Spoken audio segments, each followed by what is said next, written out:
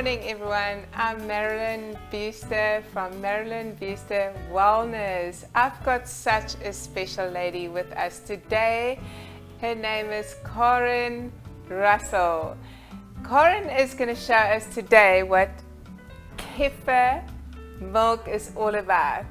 And I tried this month to make Kefir Milk, which I thought I'm an A+ student, but this lady's got a doctorate in Kefir, not Kefir. Kefir, Karen? Kefir. Kefir, you see. Kefir is the ancient pronunciation of it, yeah. Well, welcome, Karen. Not Karen, Karen. Karen. Karen, there you go. Welcome. Thank you. Welcome. Thank you very much. Tell us a little bit more. Well, kefir is an ancient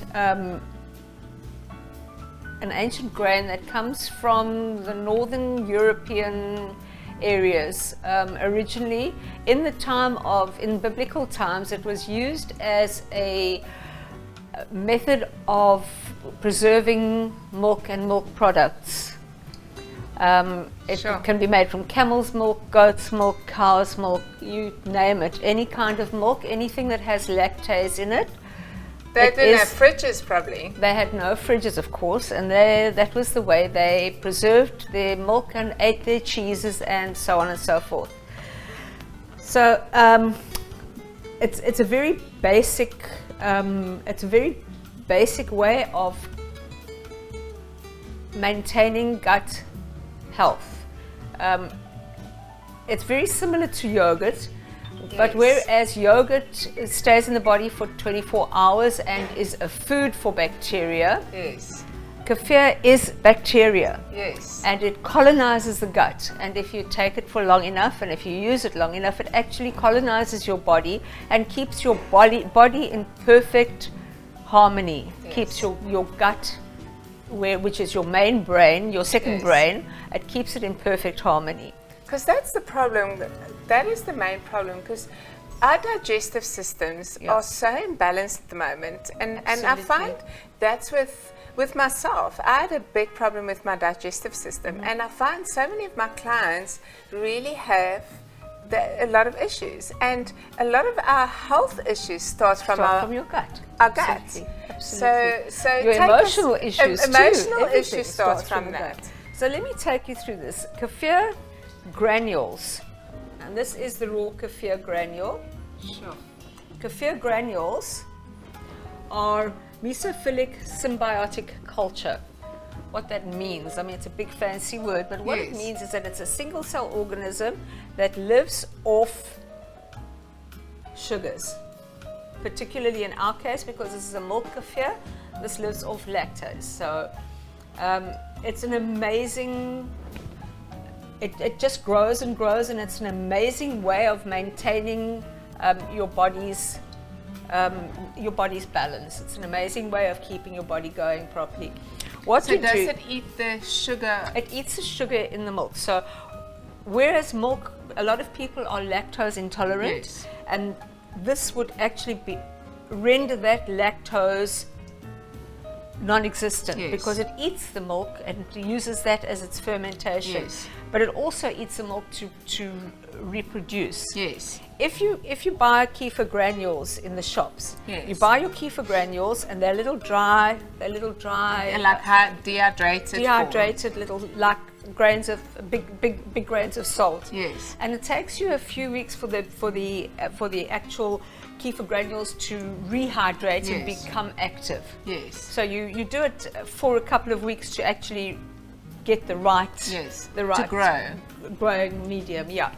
So what we do is we take these grains, we put a small amount, like 2 tablespoons, 2 tablespoons into a bottle of this size. Okay. Fill it up to here with raw cow's milk wherever possible. So take us through quickly, because us plain Janes, we don't know. So we go to the shops and we buy milk, pasteurized, non-homogenized. If we can get tell us what milk is first of all. So we walk into a shop. Okay, you walk into a shop and you look for milk. Yes. I wouldn't walk into any shop and look for milk. I go to an organic store and I buy organic milk wherever possible. Now during COVID, obviously, we've had problems getting hold of raw milk. So we've had a lightly homogenized, but still organic milk. What's raw milk? Raw milk is the milk as it comes out of the cow. Okay. Okay. Organic milk is Glass milk.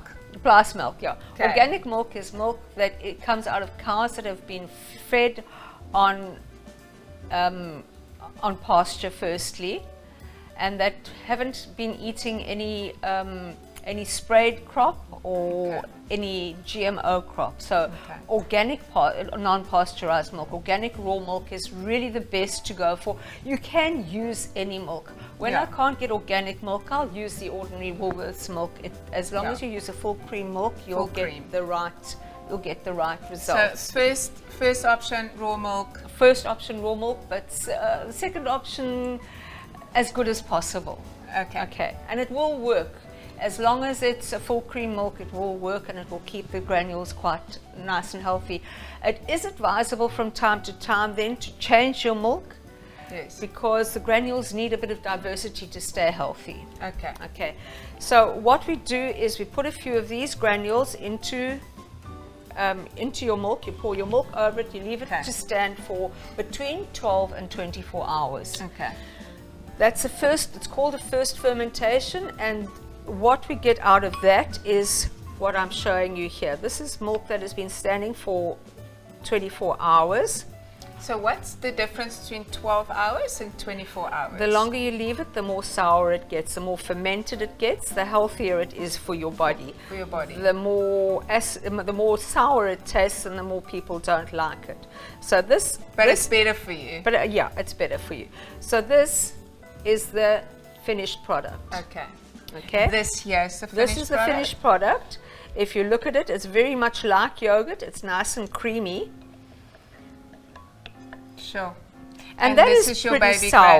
granules. These are my granules, and this I will replace in their bottle. Okay.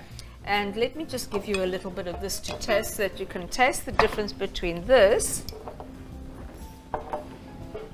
Oh, yum. And our second. So while we're gonna pour a little bit, your tools you use. My tools are a plastic strainer. And why plastic? Because kefir doesn't like, or kefir doesn't like steel. So I have in the past killed my kefir grains by using a steel strainer, or even a teaspoon, even a stainless steel teaspoon can be damaging to the kefir grains. So only plastic, and your teaspoons only plastic or wood? All my utensils, I don't use any steel utensils with my kefir. Until obviously it's in cheese form, which I will go through as well. So creamy. Okay, and that is not delicious. Sour. Not sour. Okay, but it's still more sour than this, which is a second ferment. This has been fermented twice. I took yesterday's kefir. Yes, explain that to us. Okay, I took yesterday's kefir and I took a half a teaspoon of honey and a few pieces of ginger, and I put it into my first straining of yesterday. So let's see 12 hours later. Let's see if I'm a good student. Yeah. Apparently your second fermentation increases your antioxidants, increases the vitamins. And also makes it more delicious. It makes it more delicious. Yeah. Have a taste of that. That's my favorite of all the. Isn't that delicious? Ginger, the honey and ginger. Absolutely. I haven't tried this one. Isn't it lovely? My husband's going to love favorite. it. I have not tried this one because my children, I can't get them to drink this. This you might be able to get them to drink because it's got a bit of fizz, so it's a bit fun as well. But the ginger and honey, I think this is going to be a winner. Good. Okay. This is going to be a winner. That's the next one. Right. And then when I've got a lot of kefir and I'm feeling very creative, yes, I make quark. What is quark? Okay, quark it's a cream cheese made from kefir. Kefir. Yeah, rather than making cream cheese from raw milk or soured milk, I make it from We're kefir. skipping the tea today. We're going straight to quark and little biscuits. So, Right. so cream cheese. So does it have the same properties? It has exactly the same properties, just a bit stronger. You don't heat this. I don't heat this to above 40 degrees. But the way you make a quark is to put it into a double boiler and to let it stand just warm for up to 24 hours even. The longer you let it stand, the drier it becomes.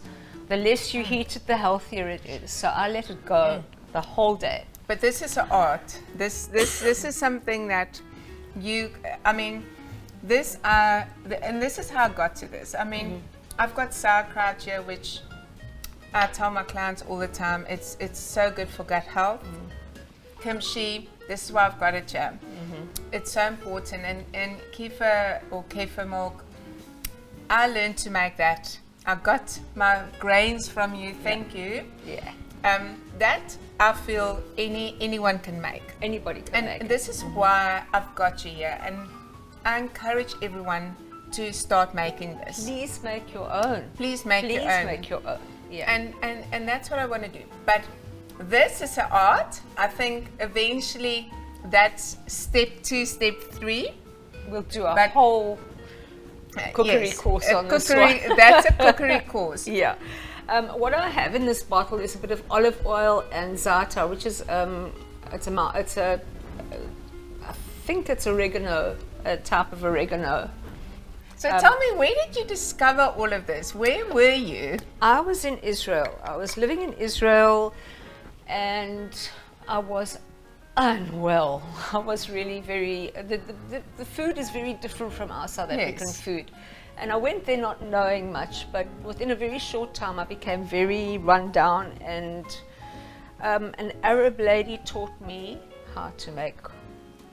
She gave me my first granules and taught me how to use this, and taught me how to make my cheese. And she actually makes solid cheese with it. Yes. She lives a very simple rural life. She has her goats, and that's where her food source is. So she would make cheeses and kefir, and they never had a fridge. They used to hang their meat and eat it all. If they did slacher goat, it was really beautiful rural living, and it re-established my health. It re-established me as a viable, healthy human. Because I mean, that's where I met you, Karen. You've got such a deep old soul, and this is not just what you do. I mean, you know health, and this is why I've got you here today. I mean, you know so much about health, and that's what makes you so special. And I think just anyone and everyone that needs granules, she's your go-to. But I think investing in your health is so important, don't you think? Very important. And the thing is with kefir, once you're making your own, it costs you a few cents a day. It really doesn't cost anything to keep it going. Yes, it's expensive to go out and buy granules. There's no question, but it's a lifetime thing. I've had my original granules for close on 40 years. Gosh. I'm working off the same granules for a long, long time. Gosh, that's amazing. So when people can buy from you, they know that it's the ancient grain. It's an ancient grain. Absolutely. I'll definitely put a link down below, because this is where you're going to buy your grains from, and your kefir milk or kefir milk. And then there's also, you guys will see, and then let's quickly touch for vegans. Yes. You can also establish a little bit of your grains where you can grow some vegan options. Okay, so there are available to buy water kefir granules dried out. Yes. I've done it before. I have not been very successful, but then I didn't really know what I was doing. what I do to make water kefir is I reconstitute my grains. I wash them very thoroughly. Yes. I make a tea. Yes, I've for got them. I'm actually started mine. Mine is about a week old. Yeah, that's from a bought packet. That's a bought packet. Oh, yeah. that's not going to work. No, ants love it. Ants love it. Yeah. So, I need to put a lid on that. But this is a bought one. Yes. Just for argument's How long sake. have you had it in there? So this is a week old. Yeah. Okay. Okay. So you can buy that, but I want to touch base maybe on a kefir milk option where we could maybe do the coconut or the almonds. Very easily. Yes. Okay, so what we do is we wash our grains. We wash our grains only with filtered water or pure water anyway, not water that comes out of taps. Kefir just does not like any chemicals and does not like any minerals, doesn't like stainless steel, teaspoons, nothing like that. Always with plastic or wood. Okay, and bottles, obviously. Yes. Those are my tools, the tools of my trade. I wash it very carefully. I then make a tea. Yes. I make a weak rooibos tea and I put a lot of sugar in it and I let my grains stand in it for 2 to 3 days. I then discard that and redo the tea until the tea starts becoming bubbly and having a slightly sour taste. Yes. Once I've got that going, you can either add fruit juice.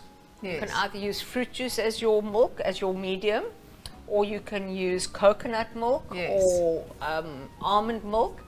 Coconut milk being the closest to cow's milk and the easiest one that I've found for making kefir. Yes. Once my kefir starts bubbling, I discard the tea and I start using coconut milk on it. And then you grow it.